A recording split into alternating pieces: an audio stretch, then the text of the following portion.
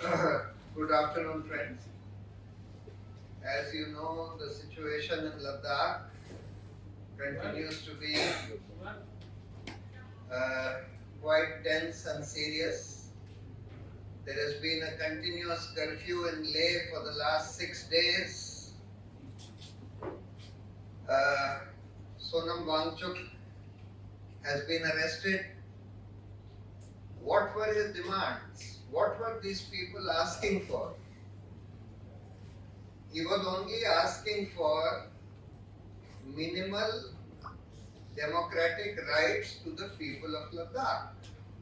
He was saying that in accordance with the BJP's and the government's promise when they abolished 370 and made Ladakh into a separate union territory, they had promised that Ladakh would be made into a separate state and would be given all the democratic rights under the 6th schedule also.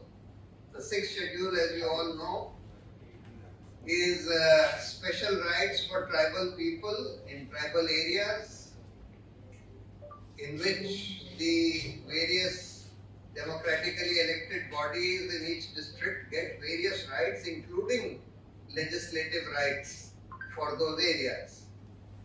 तो सोनम वांगचुक बिल्कुल वही मांग कर रहे थे जो BJP और केंद्र सरकार ने प्रॉमिस किया था जब 370 अबॉलिश किया गया था और जम्मू और कश्मीर को 3 यूनियन टेरिटरीज में बना दिया गया था कि भाई लद्दाख को आपने जो प्रॉमिस किया था कि भाई हम उसको एक स्टेट का दर्जा देंगे और दूसरा कि उसको 6 शेड्यूल के राइट्स देंगे जो ट्राइबल एरियाज के लिए होता है, ये हमको दीजिए। अब इसके लिए बार बार सोनम वांगचुक तब पिछले 6 साल से मांग कर रहे थे और करीब 1 साल पहले बहुत लंबे अनशन पर बैठे थे, बहुत लंबे अनशन पर बैठे। आप उनका अगर रिकॉर्ड करियर देखें तो वो एक बहुत ही महत्वपूर्ण एजुकेशनिस्ट हैं हिंदुस्तान के, एक बहुत महत्वपूर्ण साइंटिफिक टेक्नोलॉजिकल इनोवेटर हैं। इन्होंने बहुत सारे आविष्कार साइंस के क्षेत्र में, टेक्नोलॉजी के क्षेत्र में, हिल एरियाज के लिए किए हैं और क्लाइमेटोलॉजिस्ट हैं और क्लाइमेट चेंज के बारे में जिसका असर लद्दाख वगैरह पर बहुत हो रहा है उसके बारे में बहुत कंसर्न रहते थे, उसके बारे में बहुत बोलते थे और उनको तमाम अवार्ड्स मिले हैं, हर तरह के अवार्ड्स, हर तरह के ऑर्गेनाइजेशन से, सरकारों से उनको अवार्ड्स मिले हैं और उन्होंने एज सच मोदी सरकार का कभी विरोध नहीं किया था। सिर्फ ये मांग थी उनकी कि भाई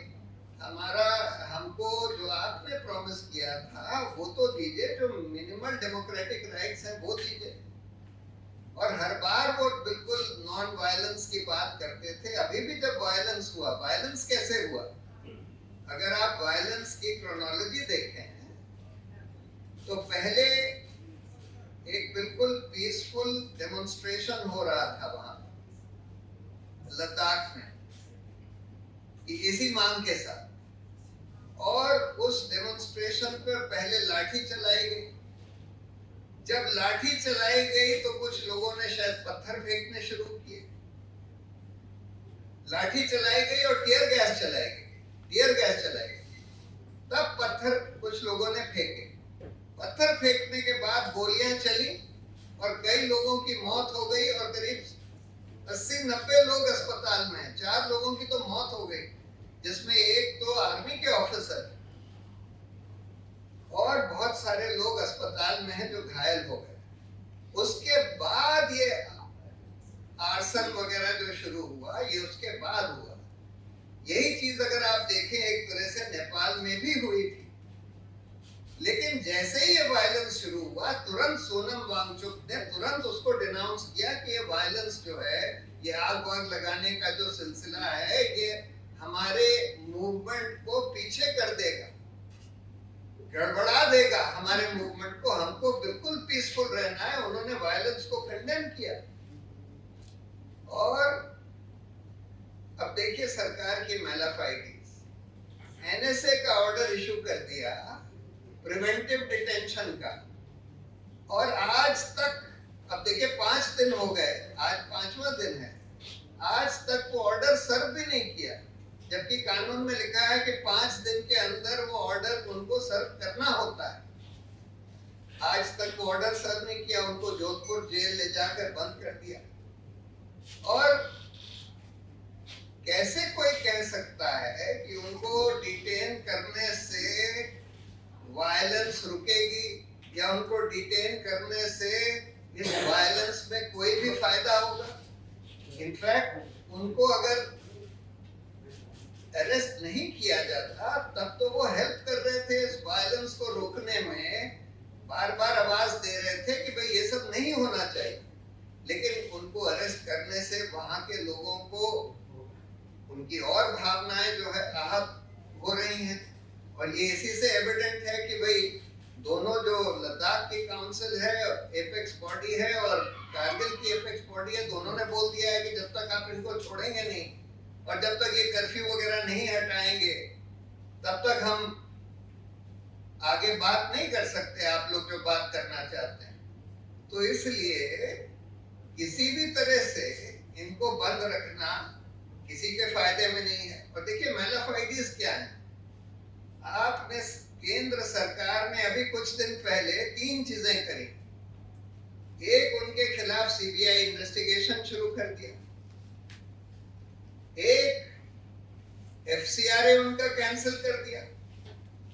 एक, कहते हैं कि इनकी जो जमीन दी गई थी इनकी यूनिवर्सिटी को, इन्होंने एक बहुत बढ़िया यूनिवर्सिटी वहां पर अभी बनाई है, उसकी जमीन सरकार ने दी थी।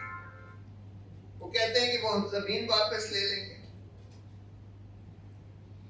और जो अब भाजपा की आईटी सेल वगैरह जो उनके खिलाफ प्रोपेगेंडा कर रही हैं, और प्रोपेगेंडा में क्या है, वो कहते हैं कि ये पाकिस्तान गए थे।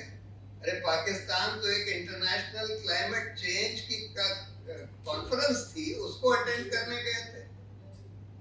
वहां पर जो उन्होंने बोला वो सारा वीडियो पर है। उन्होंने बल्कि वहां पर भी मोदी सरकार की थोड़ी तारीफ ही करी थी और क्लाइमेट चेंज के बारे में ही बात करी थी। और उधर एफसीआरए के कैंसिलेशन ऑर्डर में यह लिख दिया है कि वहां पर सिक्योरिटी के खिलाफ कुछ बोल रहे थे।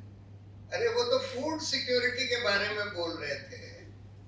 फूड सिक्योरिटी को कहते हैं, सिक्योरिटी के खिलाफ कुछ बोल रहे थे। जब वो ये कह रहे थे कि भाई ये जो क्लाइमेट चेंज हो रहा है हमारे फूड सिक्योरिटी को भी थ्रेटन करेगा।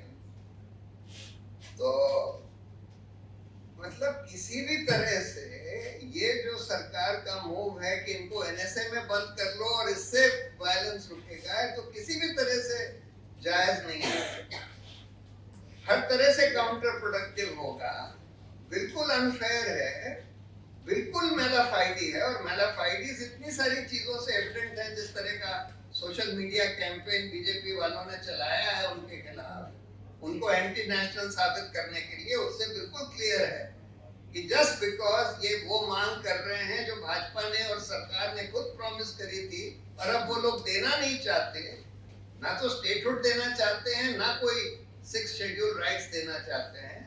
तो बस इस वजह से यानी जो भी सरकार के खिलाफ बोलेगा उसको बंद कर दिया जाएगा, अगर कोई दूसरे चार्ज में नहीं तो फिर प्रिवेंटिव डिटेंशन कर दिया जाएगा। ये चल रहा है। तो मैं बस यही कहना चाहता था कि हम लोगों की तो बिल्कुल सीधी सीधी मांग है, आप स्टेटहुड दीजिए, आप 6 शेड्यूल राइट्स दीजिए लद्दाख को, आप ही ने प्रॉमिस किया था, और ये इनको रिलीज करिए, मतलब और कर्फ्यू वगैरह लिफ्ट करिए।